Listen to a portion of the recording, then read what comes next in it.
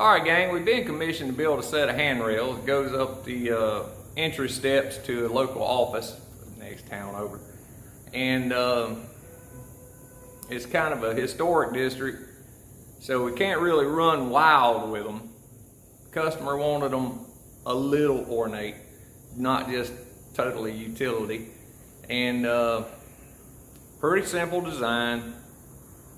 Come in, we have to abide by the local code. I think it's 36 to 42 inches off the toe of the steps, overall height. Picket spacing no further than 4 inches. The bottom toe rail no more than 4 inches off the toe of the steps. Yada, yada, yada. I started doing the layout yesterday. I'll go over that with you now. Okay, way back when I was a youngin', my boss showed me this way to do it. We had a slick finish slab in our shop, and we were blessed enough to have a pretty decent slick finish in this one. He told me to lay out the steps, tread, risers, riser, tread, riser, tread. This set's only got 4 steps, and then it comes up to a porch. Well, the porch drops out near the street side back to the building. It drops about 2 to 3 inches. So I was placed with challenged with not tying into the deck, because I feel like later on they may want to redo the deck. So I'm putting a post on the top step. There's a brick stanchion, I still have to include it here, but there's a large concrete pad on top of that stanchion, and then the post holds up the deck, the roof over the porch. So I'm gonna put a post and put a kicker arm over and a little bracket and tie it in there on the step. And if memory serves me, somewhere along here there's like a knee wall that goes up the side of these steps. I'm going to put another heavy picket in here and put another kicker brace off to the side to tie into that. And I'll have another attachment point down here on the sidewall. Rails are just going to simply go up the slope, come out, do a little detail 45, and then knee down, and then I'll put a brace across here back to the stanchion. I haven't finished drawing it yet.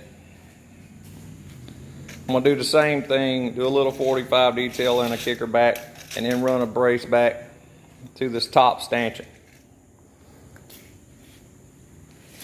That's what I have so far. Okay, I don't remember exactly where I was on this handrail video. I skipped a lot of steps. I didn't record any of it. I'm gonna try to go over that with you now, but you gotta remember, every handrail is custom. Unless it's like on an apartment complex, they're going to all generally be the same. You know, you're going to have guardrails around balconies and ladder wells, stairwells, and little porches and things. Most of those are going to be generally the same. You can jig them up and build multiples. But when you get an order for one set of steps here, and then the back of the building has another set of steps, or you know, that type of thing, or a porch here, or a landing here, or something like that, they're all going to be individual. And what you fight to do, I see there's kits. I say kit. There's people who offer handrails, and you guys aren't level. There's people who offer kits out there, and you can buy them online. But a lot of people want, you know, just a one-off. So it's kind of tough to get those. Then they got to go through the installation process themselves. They need a guy or a girl to just go lay out, measure, build, blah, blah, blah. And that's the trick. So that's what we've done. I showed you the portion where I had it laid out on the floor, and then it pretty much skipped. What we did was we cut all the pieces, we figured the angle on the stairs, it was 30 degrees on this, by this particular model. and we did all the top handrails. I'll show you that in just a moment. But picket spacing, go back to the kits. Code generally around here says 4-inch spacing on the pickets. Okay, so they tell you the code around here is 4-inch spacing on the pickets, and then 4 inches above the toe of the steps. Naturally, you can't go back near the crotch of the steps, but because it'll just scrub the toe. So 4-inch spacing. So a kid can't get their head through there. That's the rule, I guess, is what they're thinking. And then you got a elevation on the top handrail of 36 to 42 usually. These particular ones are supposed to be 36 inches off the toe. All that being said, go back to the kit.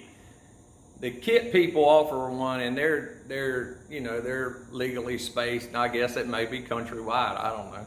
Maybe just a universal standard.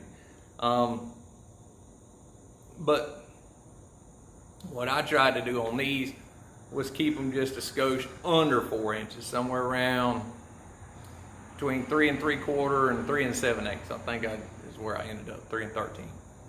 I built a little jig.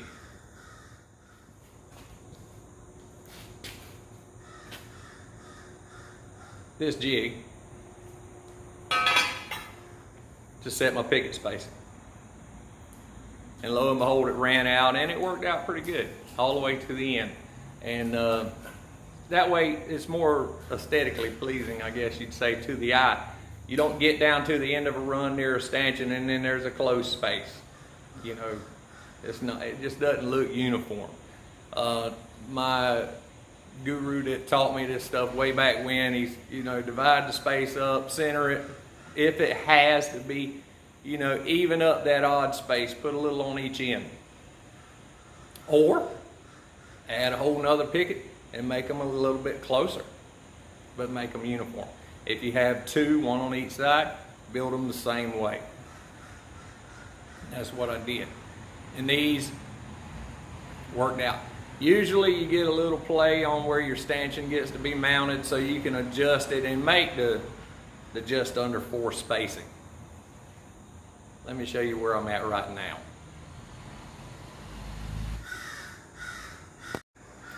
Okay, if the crows will let me speak a little bit, this is where I'm at now. I have the other one, I have both of them welded off. The local code enforcement guy says they had the slit step out 12 inches past the last stanchion. I chose to put the same size kicker brace in here to keep this tail from wanting to wobble in or distort. We cut all the angles. I didn't want to just bring it out square, so I did a little 45 detail on this end and this upper end.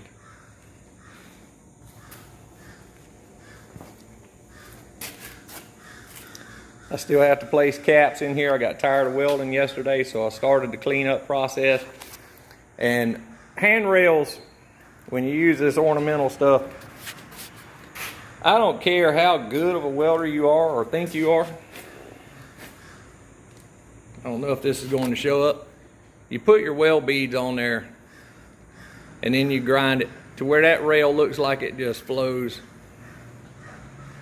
around the bends. It's like a duck. On top of the water, it's nice and calm.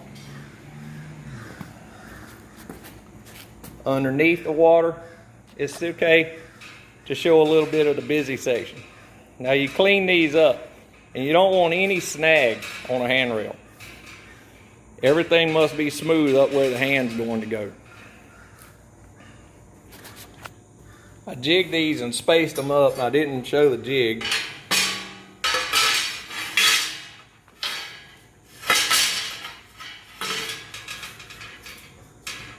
But that just fits in there. You place it up against one picket and you put the next picket in.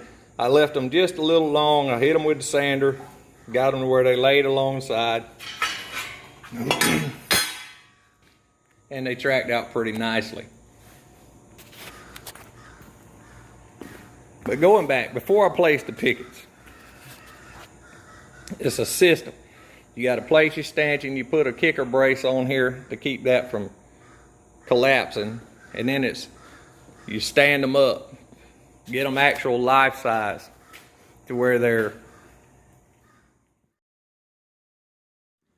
Once you build the top section and you put the bottom rail in, go ahead, get them off the floor, off the jig table, stand them up. You did the math, you did everything, and everything looked good on the flat while they're laying on their side, but now you need to stand them up. Get the elevation for the lower section set, the lower portion, get everything where they're supposed to be. And then place levels while it's still in attack form on your end pieces. Get those level. Everything's got to be good. Walk back one end, look down the spine of the handrail. Look for it with the eye. Make sure there's no dog legs in there. Once you get all that done, hard tack those in. Remember, you're going to have to get rid of those tacks, so it's not a big deal. Then, once you get out of straight, you lay it down flat again. Get something to support the entire run of the rail. Set the space for your pickets. Maybe these are in particular a 1/2 inch and everything was 1 inch, so you put a 1/4 inch under there in between your surface and there. And you go through the system of tacking them, and then you weld them. That's where we're at now. When we get this portion done, I'm cleaning all this up. I plan to take them over on site and do one final test fit. I left the tails on the legs a little bit long because the steps aren't even. They're not level.